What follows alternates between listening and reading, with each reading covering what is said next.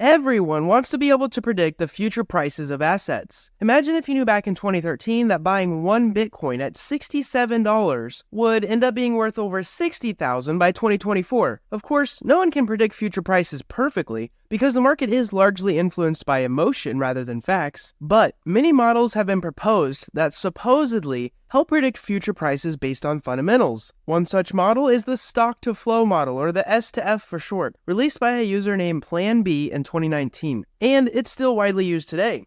The figure behind the stock-to-flow model, Plan B. Plan B is a synonymous financial analyst and Bitcoin enthusiast who first introduced the stock-to-flow model for Bitcoin in 2019. Now, unlike most financial analysts who work under their real names, Plan B chose to remain anonymous. This adds a bit of intrigue and mystery to his work, which could be part of why the model got so much attention. Plan B has a background in institutional investment and quantitative finance, which basically means he's used to working with complex financial models and the data. His skills in these areas easily combined with his passion for Bitcoin to create the stock-to-flow model, which tries to give a new way to understand and predict Bitcoin's price movement in the long-term future. Despite being anonymous, he's gained a significant following on social media, where he continues to share insights and updates on the stock-to-flow model and just in Bitcoin in general. So by now you're wondering, what is the model? Well, to put it simply, the stock-to-flow model is a traditional way to measure the abundance and scarcity of a resource. Here's how it works. The model looks at two key things: the stock and the flow.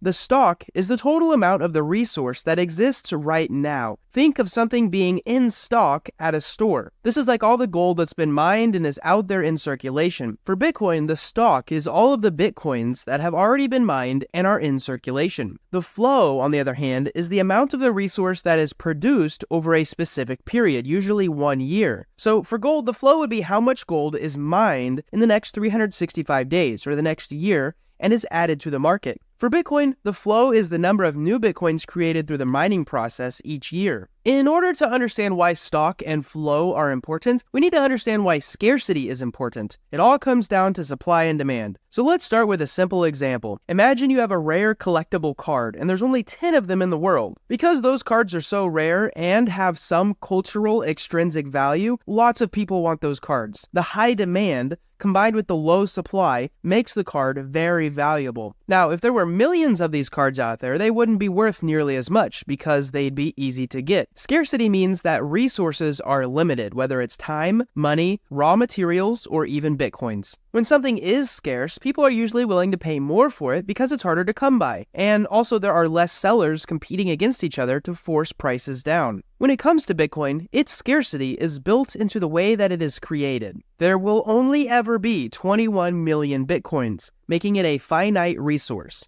Actually, unlike gold. The stock-to-flow model believes that as more people learn about Bitcoin and want to own some, the limited supply means that the value can increase. The model expresses this value in a ratio. The stock-to-flow ratio is calculated by dividing the stock by the flow. So if there's 185,000 tons of gold in the world, otherwise known as the stock, and 3,000 tons are mined each year, also known as the flow, the stock-to-flow ratio is calculated by dividing 185,000 by 3,000, which gives us 62. Another way to think about it is that it would take 62 years of production to get to the current stock, and this ratio is expressed as 62. This chart, it roughly matches. The gray line is the predicted price based on the stock-to-flow model, and the colors are the actual Bitcoin price. Though we have to note that the prediction placed the price of Bitcoin in the 2020 halving at $55,000 in May that year. However, the real price was $9,000. It wasn't almost until a year later, in March 2021,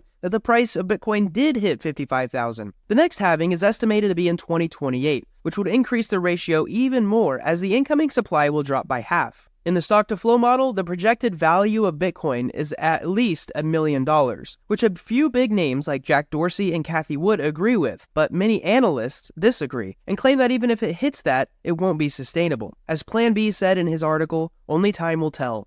Another piece of evidence that Plan B uses is the power law relationship, which basically states that when one quantity changes, another quantity changes proportionally. The example he gave is that when a Bitcoin halving occurred, Bitcoin's stock-to-flow ratio doubled and the market value increased 10 times. On the other side, each of the bear market crashes in 2011, 2014, and 2018 also the prices of Bitcoin dip roughly 80%, despite the price of Bitcoin being roughly $10,000, $1,000, and $10,000 respectively. So the power law relationship shows that the scales remained proportionally consistent. However, the 2022 bear market did not align with this model. Plan B predicted Bitcoin would hit $100,000, but it actually dipped below $16,000 by November 2022, losing about 60% that year, breaking the power law relationship. This drop was largely thanks to the explosion of Terra USD, the FTX exchange, and global inflation fears, which sent the entire market plummeting for a period of time. But that's a good reminder that the model doesn't account for external factors. This criticism is echoed by many people. Economist Alex Kruger, Blockstream CEO Adam Back, and Ethereum co-founder Vitalik have pointed out that the model is heavily based on historical data. They argue that just because the model has fit Bitcoin's past price movements doesn't guarantee it will continue to do so in the future. Markets can change, and past performance doesn't always predict future results. Vitalik also mentions that the model doesn't account for psychology behind investing and adoption, which isn't something that anyone can predict as it's so heavily influenced by macroeconomic factors, like inflation, regulatory changes, or wars. Another major criticism of this model is that it assumes people will want to keep buying Bitcoin, and we just can't know that'll happen. If you think back to the example of the rare collectible cards, you can imagine that more cards might be created every year, meaning that the stock will increase. But remember that the reason for the value is that there's limited supply, so if more are created, it will become less rare, as one of the many tools in your toolkit. Ignoring all the other models, market conditions and external factors could lead to incomplete or misguided investment decisions. As Bitcoin matures, its market evolves, and regulations are cemented. The assumptions underlying the stock-to-flow model might not hold true. The model's heavy reliance on historical data means it might not accurately predict future market behavior, especially in a rapidly changing environment. Let us know in the comments below if you want us to make a video about any of the other models that are out there. Thank you for watching. I hope you enjoyed this video. I really hope you learned something. And most of all, I hope to see you in our next video.